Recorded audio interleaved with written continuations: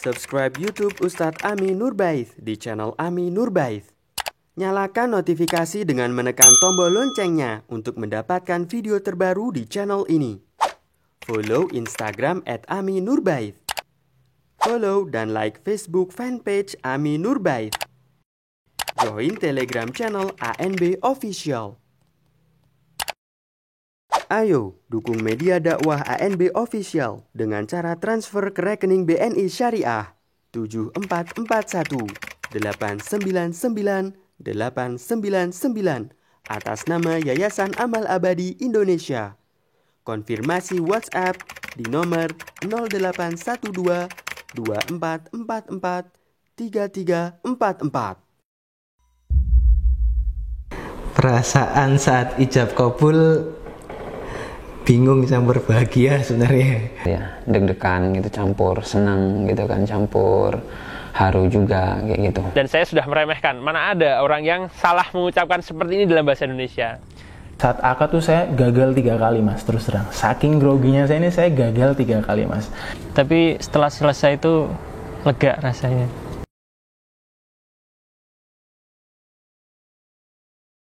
Saya Ari Gusti, asli dari Bojonegoro, saat ini tinggal di Yogyakarta. Saya Leon, nama lengkapnya Leonetti Priangkasa. Saya baru saja lulus studi di Universitas Islam Indonesia, angkatan 2016, jurusan ekonomi. Bismillah, perkenalkan nama saya Muhammad Yasir Roni, biasa dipanggil Yasir. Usia saat ini 24 tahun dan saya menjabat sebagai salah satu pengurus di Majder dan termasuk pengurus awal dulu didirikannya Majder. Bismillah, nama saya Riko Fauki Ramadan, dipanggil Arfak, aslinya dari Lamongan. Untuk nama saya Muhammad Abu Rifai, asal dari Riau. Jadi sekarang tinggalnya di Jogja, itu karena lagi kuliah gitu. Kalau sekarang sih tinggal di Jakal kilo 12,5.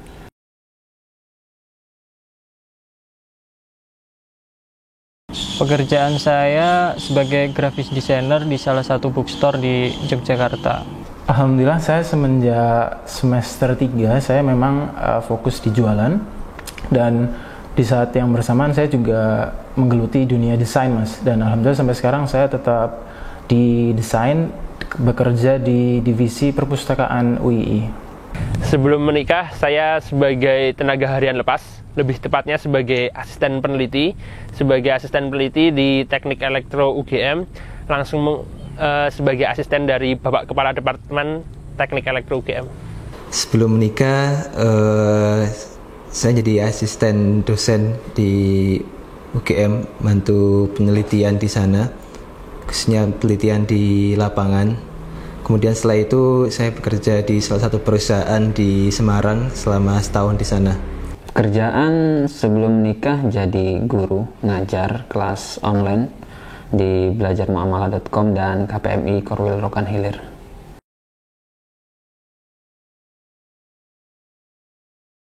Kepikiran menikah tahun 2016 atau 17 dan saya menikah tahun 2019. Kepikirannya saya terus terang di awal-awal kuliah mas, saya mungkin semester 2 akhir saya kepikiran menikah, karena alhamdulillah saya kenal sunnah itu awal-awal pertama kuliah.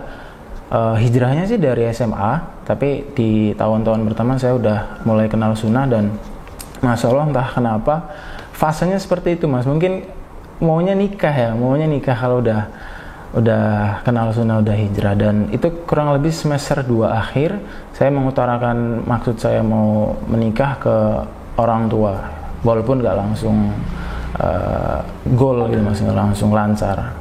Sebenarnya saya sudah merencanakan ingin menikah kapan itu sekitar SMP.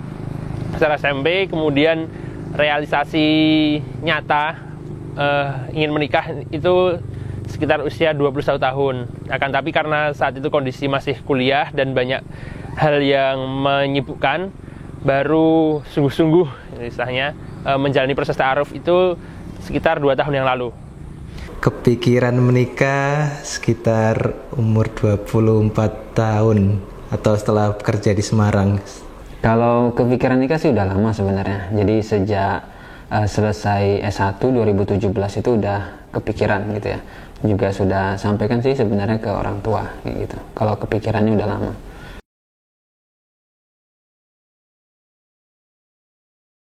Saya lebih milih untuk nikah nanti dulu karena ingin fokus menuntut ilmu supaya lebih leluasa waktunya.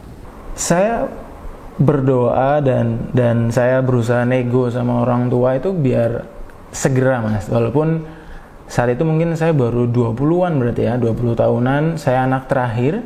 Kakak saya baru menikah, itu kakak yang pertama. Yang kedua belum, saya melangkahi kakak saya sampai saya kemarin terakhir menikah.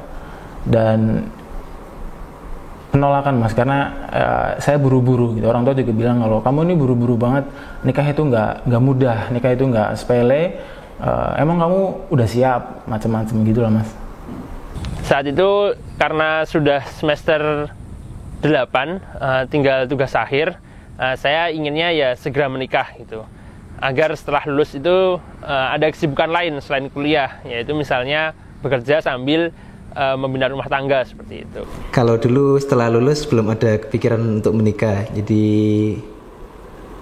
hanya apa ya istilahnya main-main saja kayak gitu, ikut kajian terus main-main karena masih muda, kemudian ada penghasilan juga, terus dulu disarankan oleh orang tua untuk segera menikah dan akhirnya ikut orang tua seperti itu. Ya kalau bisa sih ya selesai kuliah langsung gitu ya. Ya cuman kan namanya jodoh gitu kan, ya Allah yang nentuin gitu, kita hanya berusaha.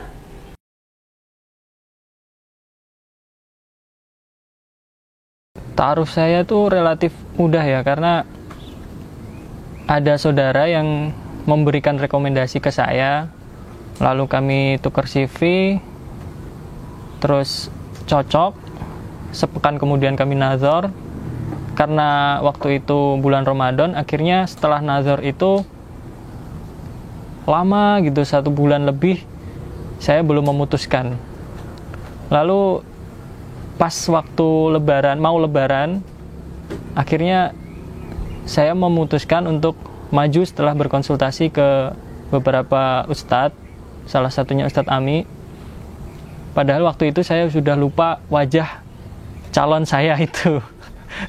Ya udah, tapi beberapa ustadz menyarankan untuk maju, saya maju. Alhamdulillah dari orang tua juga langsung setuju. Dan setelah hari raya, kami hanya ada waktu 2 pekan untuk prepare segala pernikahan kami, segala yang dibutuhkan dari pernikahan kami. Masya Allah, ini jadi tadi Ana bilang kalau saya semester 2 tuh punya hajat menikah. Semester 3 itu orang tua masih belum ngizinin. Mungkin kurang lebih 6 bulan itu saya ngelobi orang tua, saya jelasin kenapa saya harus menikah, saya jelasin manfaatnya, dan saya utarain perasaan yang mungkin saat itu umumnya teman-teman saya yang seumuran itu memiliki perasaan kegelisahan yang sama, dan saya ceritain itu ke ibu dan kakak saya karena orang tua saya jauh, bapak saya jauh maksudnya. Di titik itu kemudian orang tua dan keluarga secara umum mulai reda, mereka mulai merasakan energi kalau anak ini butuh menikah. Dan kurang lebih saya bulan Agustus 2018 saya itu ta'aruf dengan seorang akhwat yang alhamdulillah sekampus, satu jurusan, tapi yang unik adalah dia lebih tua. Jadi lebih tua 1 tahun setengah, saya nggak lewat perantara, saya nggak lewat ustadz. Kodrollah saya ngelihat akhwat karena di kampus saya itu semua berkerudung dan dia bercadar saat itu, dan saya penasaran siapa sih ini perempuannya. Saya tanya-tanya ke lingkungan dan ternyata seorang kakak tingkat. Saya nggak lama, Mas, mungkin 2 mingguan saya langsung ke rumahnya. Saya nggak punya bekal apapun dalam artian materi, saya cuma punya modal. Saya sudah cukup punya jawaban ke calon mertua saya, ke akhwatnya bahkan, dan saya udah izin juga sama orang tua. Saya bilang ke papa, ke ayah kalau saya mau ke rumah si A, istri saya, dan saya mau mengutarakan kalau mau kenalan untuk ke jenjang pernikahan kalau cocok. Itu bulan Agustus Mas, 2018 berarti. Gimana ya? Jadi proses ta'aruf sebenarnya panjang ya kalau saya pribadi dan istri juga gitu. Mungkin tidak tergolong yang lancar-lancar saja seperti itu. Tapi ya qadarullah, mungkin itu adalah skenario Allah agar ya menjaga saya gitu.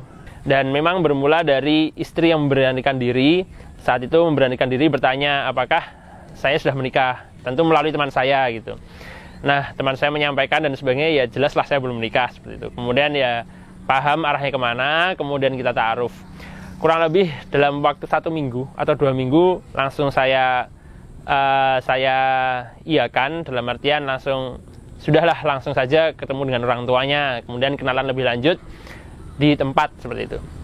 Dan saya beranikan diri menghubungi ayahnya, kira-kira kapan saya bisa bertamu. Kemudian langsung bertamu dan di sana ya mengalirlah tanya jawab seperti itu. Dan saya mempersilahkan monggo jika ada pertanyaan bisa ditanyakan di sini gitu. Dan saya menceritakan keseharian saya dan sebagainya.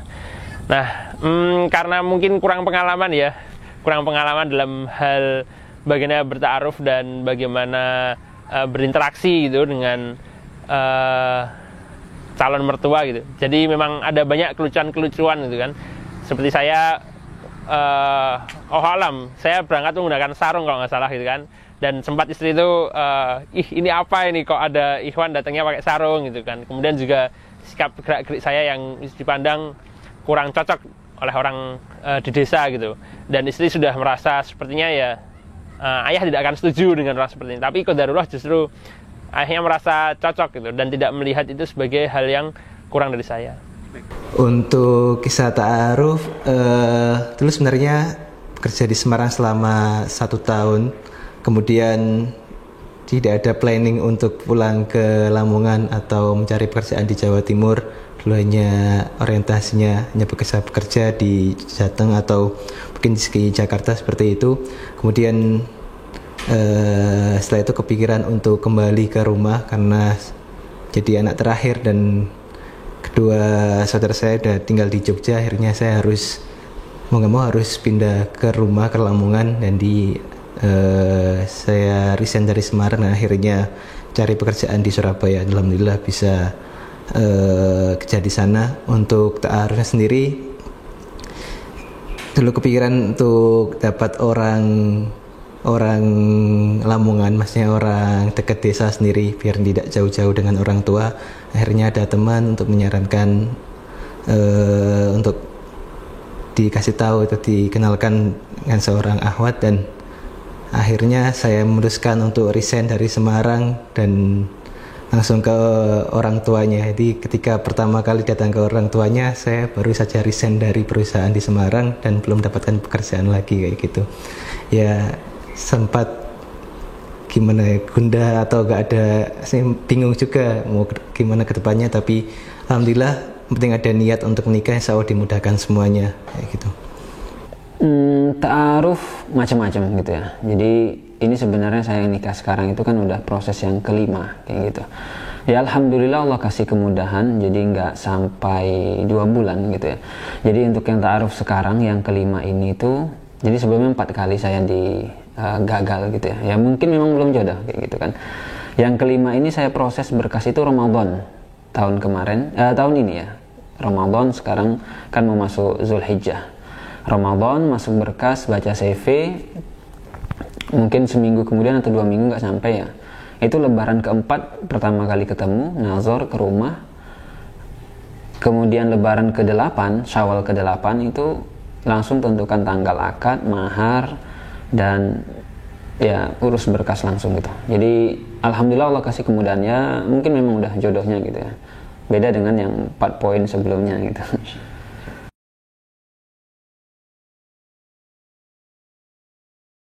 Ya deg-degan pasti, karena baru pertama kali mengucap kalimat seperti itu dan waktu itu sempat salah 2 kali kalau nggak salah. Tapi setelah selesai itu lega rasanya. Saya memang grogian mas orangnya. Saya tuh apalagi kalau urusan akhwat, mungkin sensasinya udah lain mas. Kalau ngelihat Ahwat yang mungkin kerudungnya ngawur, ketat apa, kita tuh nggak mau ngelihat yang gituan. Tapi kalau ngelihat Ahwat jauh aja itu udah deg-degan mas. Ya nggak sih, di pengajian manapun ngelihat Ahwat tuh udah, aduh ini harus jaga pandangan, jangan deket-deket, jaga gaya bicaranya, kalau bisa jangan ngomong. Nah saya mau nikah, Ahwatnya alhamdulillah di dalam kamar, dan dari situ aja saya udah nggak bisa ngebayangin pasca akad. Saat akad tuh saya gagal 3 kali mas, terus terang. Saking groginya saya ini, saya gagal 3 kali mas. Si penghulunya tuh sampai ngedikte pelan-pelan karena saya saking ngeblank, susah ngapalin. Dan yang ketiga alhamdulillah lancar, bisa. Baru kemudian saya mulai reda, mulai ya bisa nafas agak enak. Saat ijab kabul sebenarnya sangat mudah ya perkataannya itu. Saya terima akad dan nikahnya seperti itu. Dan saya sudah meremehkan. Mana ada orang yang salah mengucapkan seperti ini dalam bahasa Indonesia. Tapi nyatanya saya salah gitu kan, dan diulang 1 kali gitu. Mungkin sangat redek sekali gitu. Dan ya hanya 2 kalimat saja itu saya ya deg-degan dan sampai harus mengulang seperti itu.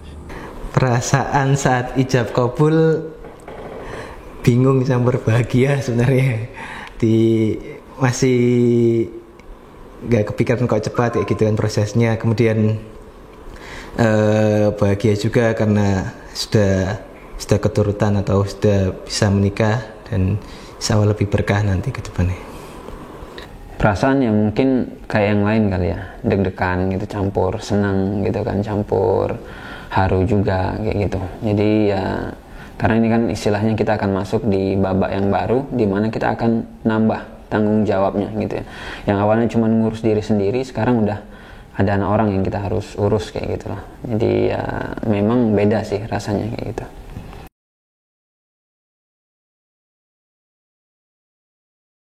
Wah, kisah tak lagi sendiri ya enak gitu. Ada istri, ada yang melayani, biasanya makan sendiri, sekarang makan berdua, baju dicuciin dan segala macam. Sekarang ada istri yang ngurus, ada teman cerita, dan pokoknya enak lah. Memang karena sudah hijrah dan lama banget kita tuh mungkin yang ikhwan tuh nggak pernah bersentuhan sama dunia yang pacaran dan lain sebagainya. Kaget mas, dan kakunya luar biasa gitu. Mau yang namanya senyum, nawarin makan, nawarin minum, nyapa, salaman, salim itu udah geli lah mas gitu, kayak aduh siapa sini kok harus pakai gituan kan. Dan terlebih lagi saya udah sah, jadi mungkin dan baru kenal tapi kok udah sah, udah halal, jadi kayak ya seneng sih mas, tapi kayak butuh waktu mungkin ya, karena ternyata nggak kayak pacaran mungkin orang-orang bilang. Tentunya yang saya rasain itu intinya saya merasa tenang, saya merasa benar-benar kalau ini yang saya cari itu perasaan kayak gini, tenang, nyaman. Saya nggak harus bingung, gelisah dan lain sebagainya. Saya merasakan ketenangan yang luar biasa mas. Ya perasaan setelah menikah bahagia, dan meskipun baru 2 minggu berjalan, tentu ada gesekan-gesekan atau ketidakcocokan. Dan ya namanya proses ta'aruf, ya memang ada kalanya ada hal-hal yang tidak kita ketahui saat proses ta'aruf. Dan hal itu saya coba tanamkan kepada istri, bahwasannya ya kita menikmatilah prosesnya itu semua, dan berusaha menanamkan istri untuk lebih bersabar, istilahnya bersabar dan bersyukur. Begitu juga dengan saya gitu kan, bersabar dan bersyukur. Ketika masih jomblo dulu, mungkin mainnya sama teman-teman kelompok dulu ketika kuliah, kemudian bareng-bareng main kemana seperti itu, tidak ada mengingatkan, sering juga lalai, kadang jarang ikut kajian juga, jarang ngaji juga karena kadang fokus pekerjaan dan fokus buat jalan-jalan seperti itu. Dan alhamdulillah ketika sudah menikah bisa ngatur waktu lebih baik lagi, sering diingatkan untuk sholat atau sering ngaji juga, dan saya kedepannya lebih bisa memanage waktu dengan lebih baik gitu. Ya alhamdulillah untuk urusan rumah jelas ada yang ngurus gitu kan ya. Kisahnya setelah nikah juga kita memang prinsipnya ya harus berpikir dengan dua kepala kayak gitu ya. Mau pikir dua kepala, kemudian juga ada dua hati gitu kan. Jadi ya memang akan banyak atau mungkin ada beberapa poin yang kita harus perhatikan gitu ya. Ketika mau ngambil keputusan juga itu butuh diskusi. Kalau dulu kan sebelum nikah mungkin kita bisa langsung ambil gitu ya. Kalau sekarang mungkin ada hal-hal yang kita perlu diskusikan terlebih dahulu kayak gitu. Ini istilahnya poin krusialnya ada di situ gitu ya. Kita harus mau berpikir dengan dua kepala kayak gitu. Terserah nanti kasusnya apa ya, urusannya apa. Jadi seperti itu. Jadi memang harus lebih dewasa gitu kan, harus lebih bijaksana dalam ngambil keputusan gitu ya. Masalah yang lain itu istilahnya turunan dari ini kayak gitu. Masalah mungkin kerjaan rumah kayak gitu kan nanti ya saling memahami aja seperti itu.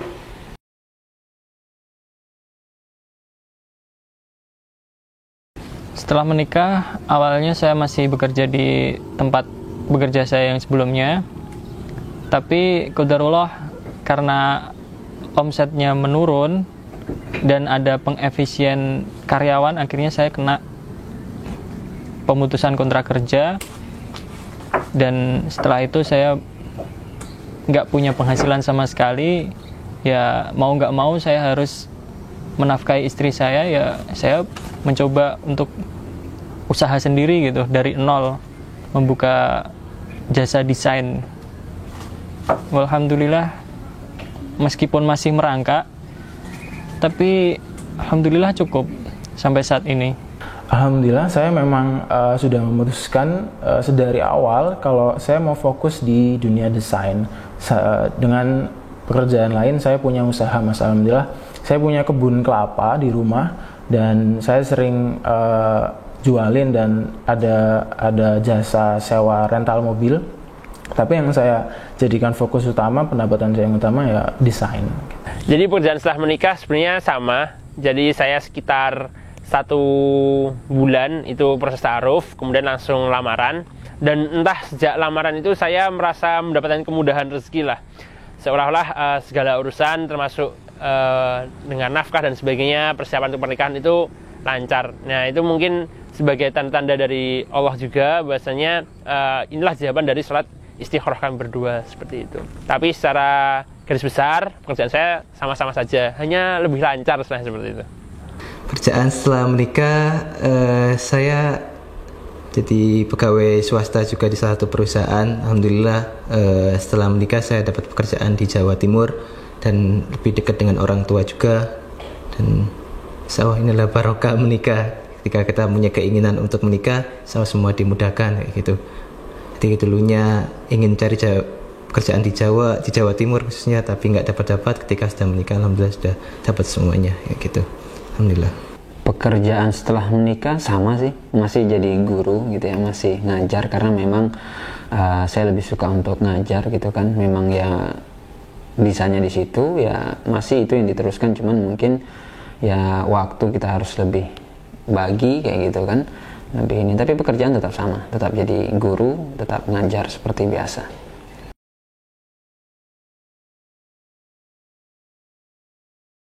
Bagi semua ikhwan yang belum menikah, menikah aja, karena kalau nikah itu dipikirkan malah semakin ribet. Tapi kalau antum jalani ya ribet juga sih sebenarnya. Tapi paling enggak tuh insya Allah Allah mudahkan, karena antum ingin menikah karena ibadah gitu. Dan jangan lupa untuk berdoa agar Allah mudahkan jodoh antum dan diberikan mertua dan keluarga besar nanti yang baik juga agamanya.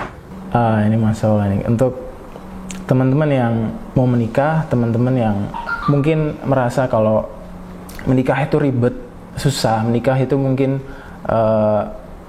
gak seru, bakal mengganggu semua hal-hal yang menyenangkan di usia yang seharusnya belum menikah. Saya bilang itu tergantung kejujuran Anda dengan Allah. Kalau memang Anda jujur dengan Allah, Anda memang memiliki tekad yang kuat, hasil dari kejujuran itu, insya Allah Anda pasti akan ditolong. Dan saya bilang, saya jamin lingkungan Anda akan membentuk Anda. Maka jadilah pribadi yang matang karena terbentuk di lingkungan. Kemudian Anda bisa menikah dengan akhwat yang Anda berdoa semoga Allah memberikan pasangan yang Anda harapkan yaitu baik.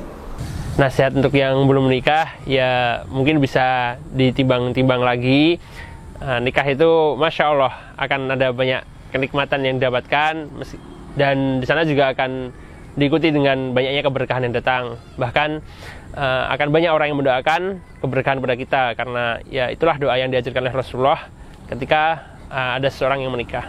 Saran saya untuk teman-teman semuanya yang belum menikah atau mempunyai keinginan untuk menikah atau akan segera menikah, sarannya hanya jika ada kemauan, ada niat untuk menikah, insya Allah semua jalan-jalan akan dimudahkan. Walaupun awalnya ketika kita pikirkan agak sulit, tapi ya insya Allah nanti kita akan jalani dan insya Allah akan mudah gitu, seperti itu.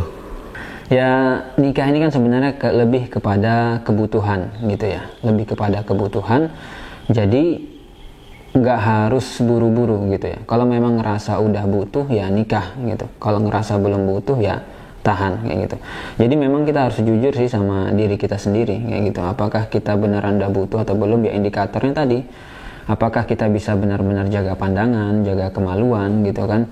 Apalagi kita hidup di zaman yang sekarang luar biasa kayak gitu kan. Kalau memang nggak punya alasan lagi untuk menunda ya langsung saja nikah kayak gitu. Cuman kan jangan sampai kemudian nikah jadi ajang perlombaan gitu ya. Nanti temannya sudah nikah kok saya belum, akhirnya kemudian cepet-cepetan nikah gitu. Nah ini juga menjadi poin, karena terkadang ada orang yang Allah kasih kemudahan untuk belajar sehingga dia bisa tetap jaga dirinya gitu kan, kehormatannya, dan belum merasa butuh untuk nikah ya. Dan itu manusiawi sekali ya, kondisi orang beda-beda kayak gitu ya.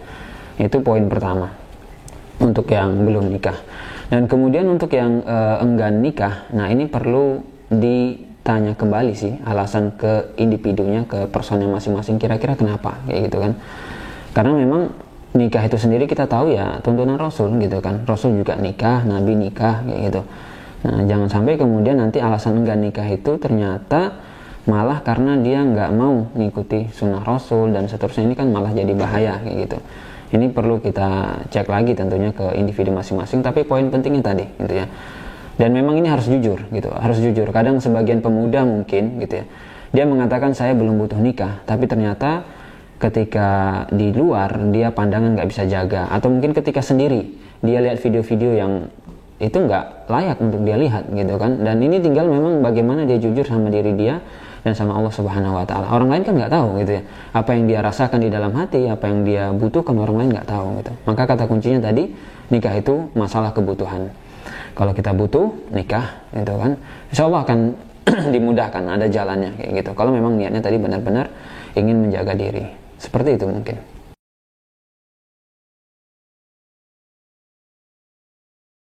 Untuk istri saya, terima kasih sudah mau menjadi pendamping saya, menerima saya apa adanya, dan karena kesabaran seorang istri, rumah tangga itu tegak. Saya beruntung sekali mendapatkan istri saya, dan semoga juga sebaliknya istri saya beruntung mendapatkan saya. Semoga pernikahan kami langgeng dunia hingga akhirat di surga nanti. Amin. Buat istri, Masya Allah, terima kasih banyak, jazakillahu khairan. Terus terang, Ana nggak nyangka Ana bakal diterima, karena panjang ceritanya, dan yang paling mengesankan adalah karena kita baru beberapa bulan kenal, tapi keputusan besar yang sudah dibuat untuk jadi ibu dari anak-anak kita kelak. Saya mengucapkan terima kasih banyak. Saya mendoakan terus supaya istri saya terus bisa belajar, bisa istiqomah, dan terus semangat, sabar dengan menjalani bahtera rumah tangga ini, Mas. Pesan saya teruntuk Aisyah, istri saya ucapkan banyak terima kasih karena berkenan menerima saya sebagai suamimu. Dan Masya Allah, saya merasakan banyak kebaikan yang ada pada diri saya setelah menikah dengan Di Aisyah. Ya, salah satu contoh kecil yang sangat terasa adalah intensitas saya dengan HP, kemudian rebahan dan sebagainya. Masya Allah, luar biasa. Semoga kita bisa senantiasa sama-sama menjadi lebih baik. Kemudian sedikit pesan dari saya, fasbir sabran jamila. bersabarlah dengan kesabaran yang baik.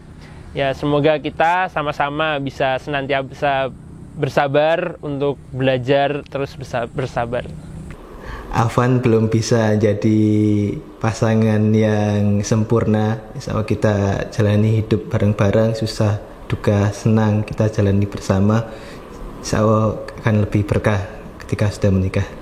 Ya, tetap untuk setia jadi sahabat gitu ya. Karena kita nikah itu kan sebenarnya pintu pertama, atau mungkin kita bisa bilang itu sebagai gerbang saja gitu ya, bukan ending. Ya, endingnya adalah surga gitu. Jadi ketika kita nikah bertemu, ya kita jadi partner, jadi rekan, jadi sahabat ya untuk sama-sama menuju surga Allah Subhanahu wa taala. Jadi ya pesannya tetap saling ya kerjasama gitu kan, sama-sama ya berwasiat dalam kebaikan, ketakwaan gitu. Karena memang ya kita kan manusia gitu, yang namanya manusia itu pasti ada salah, ada dosa. Kalau mau yang sempurna ya nikah sama malaikat.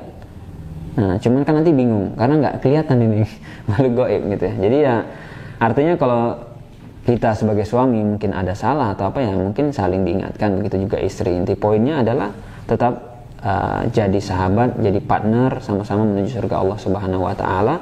Saya kira seperti itu. Ya, kita tentunya nggak ingin hanya bahagia di dunia, tapi di akhirat kita nggak ketemu. Ya, semoga Allah kumpulkan kita, Allah jaga kita sehingga bisa bersama lagi di surga Allah Subhanahu wa taala. Saya kira seperti itu.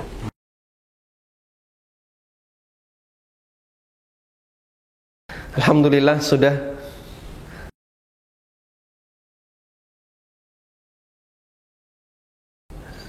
Seingat saya sekitar 24 tahun.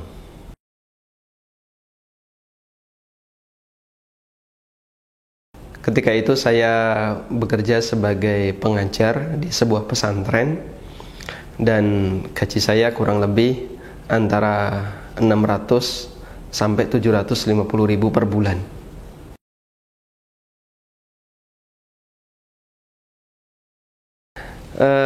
Mungkin kondisi saya tidak jauh beda dengan beberapa teman-teman yang lain ketika sedang mengupayakan untuk mendapatkan pasangan. Ya kurang lebih sama seperti yang lain.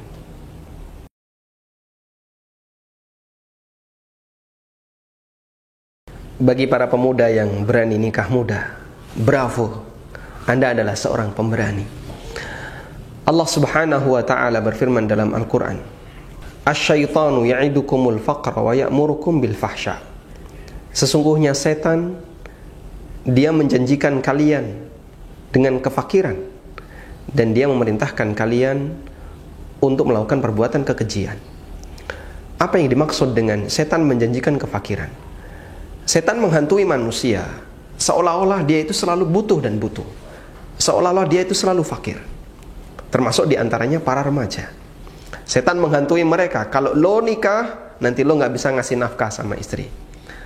Kalau lo nikah, coba kehidupanmu terancam, belum tentu suamimu bisa ngasih penghasilan yang cukup. Dengan aneka ketakutan yang lainnya. Akhirnya ketika mereka sudah ada keinginan besar dan hasrat untuk menikah, tapi mereka ketakutan dengan masalah dunia, wa ya'murukum bil fahsya, begitu mudahnya setan memerintahkan mereka untuk melakukan tindakan yang keji. Berani zina, berani pacaran, tapi gak berani nikah. Sehingga dia lebih milih perbuatan yang tercela dibandingkan perbuatan yang diizinkan oleh syariat dan dihormati oleh masyarakat. Jangan takut untuk menikah.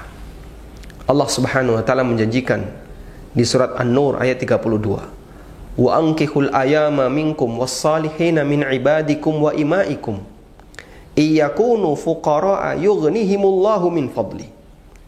Nikahkanlah orang-orang yang masih sendirian dan orang-orang soleh di kalangan budakmu, baik yang laki maupun yang wanita. Kemudian Allah janjikan, apa janji Allah? Iyakunu fuqara'a yughnihimullahu min fadli. Kalau kalian dalam kondisi miskin, kalau mereka dalam kondisi miskin, Allah Subhanahu wa ta'ala yang akan memberikan kekayaan kepada mereka dengan karunia-Nya. Karena itulah sahabat Ibnu Mas'ud radhiyallahu anhu mengatakan, iltamisul ghina bizzawaj. Carilah kekayaan dengan cara menikah. Dan disebutkan dalam hadis yang sahih, Nabi sallallahu alaihi wasallam menceritakan tentang 3 hal. Nabi SAW menyebutkan 3 orang yang dijamin oleh Allah Subhanahu wa taala. Salah satunya adalah wan nakih yuridu bihil afaf. Orang yang menikah yang tujuannya adalah dalam rangka untuk menjaga kehormatannya. Jangan takut menikah hanya gara-gara masalah kesejahteraan di masa mendatang. Karena yang menjamin rezeki kita dan keluarga kita adalah Allah Subhanahu wa taala. Bagi Anda yang berani nikah muda, kembali saya katakan, bravo. Barakallahu fikum. Semoga Allah Subhanahu wa taala memberkahi kalian. Wassallallahu ala nabiyyina Muhammadin wa ala alihi wa sahbihi wasallam.